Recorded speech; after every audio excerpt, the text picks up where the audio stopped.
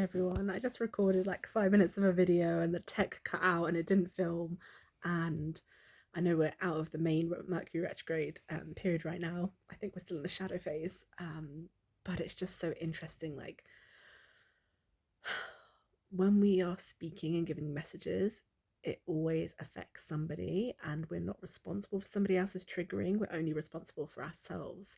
And what's fascinating is that we're all so quick to place the blame and point the finger of judgment at somebody else, and we've seen it time and time again throughout history. That's what creates war and division and separation. And look at the countries, look at America, look at the world leaders right now. Like, they might spew out things of like coming together and we are the power and we try and represent the people, but there's still so much division in like we're the best is what is kind of underlying a lot of what they're saying.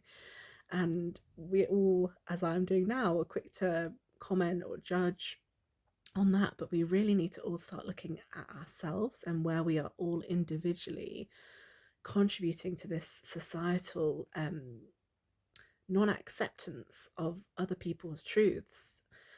Like, it can be really triggering when people say things that we just profoundly don't agree with, but we have to learn to start holding space, not to accept it if it's not right for us or even morally right for society standards, but we have to start listening and just letting them have their opinion, because that's gonna bring so much more peace to us all as a whole. I was watching the John Lennon new film documentary the other day. I love John Lennon, love his message, everything. I could go into that, but what I got from that is that we really haven't changed that much in the last 50 years, or maybe we have in many ways, but in many ways, in terms of our egos, we haven't. We're all still, even on a spiritual journey, kind of getting triggered, and obviously that's great because it unveils all the healing we need to do. But it's so easy for us to point the fingers at other people when we're getting trolled by somebody. Like, it can be so easy to see them as the problem and to not look within and to be like, well, why is that triggering? Why do we feel the need to respond from a wounded inner child place? Like, we all can get very defensive very, very quickly, which we see playing out on the world stage. We really need to take the time to listen to each other and learn to receive. So my last video, I think, was about learning how to receive abundance, to rid the shame and guilt so that we're in a place to receive what we deserve vibrationally in a high frequency. But it's also, I think, we need to learn how to receive, I'm hesitant to say criticism, but we need to learn how to receive others' portrayal of us. It doesn't mean it's true, doesn't mean we have to believe it or accept it. It can be really, really triggering when someone says something about us that's just not true, or we don't believe is true. It feels offensive, unjust, unfair, and we feel the need to defend ourselves. But the divine will defend us. The divine sees everything. It will defend us in that it holds space, it sees everything. And so we don't need to defend ourselves. We don't need to get into that hyper protective nervous system, high alert space where we're seeing the other person as an attacker, because they are us and we are them. We're all the same. And how powerful that is. Like, as within, so without. We see in someone many layers and elements of what we have within us. And it's not saying we're responsible for their actions or how they are. We're all individual people with our own baggage, traumas, and everything. But how can we learn to receive other people better? And how can we learn to receive ourselves better? How can we learn to sit with our shadow better? We can do the healing work and be like, I'm doing the shadow work and working through that, the deep layers and years of time it takes to really face that stuff. But it is so easy just to be like, I'm gonna do meditation, right? Okay, back to watching TV, back to cooking, back to chatting on the phone. I know you could say that's an unawakened state, and we all are living in this 3D reality, so we have things we do.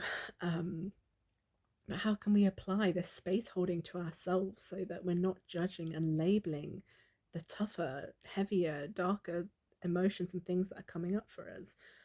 Because really, when we can hold space for our own shadow, we can really sit with it. We can hold more space for other people's shadow.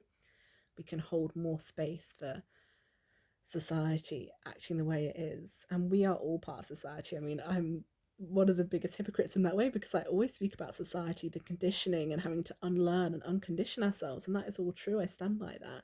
But I'm still part of society, even if I'm like, might pretend sometimes I'm living in the forest, or want, identify with this being completely revolutionary, bohemian, like don't fit into the structures.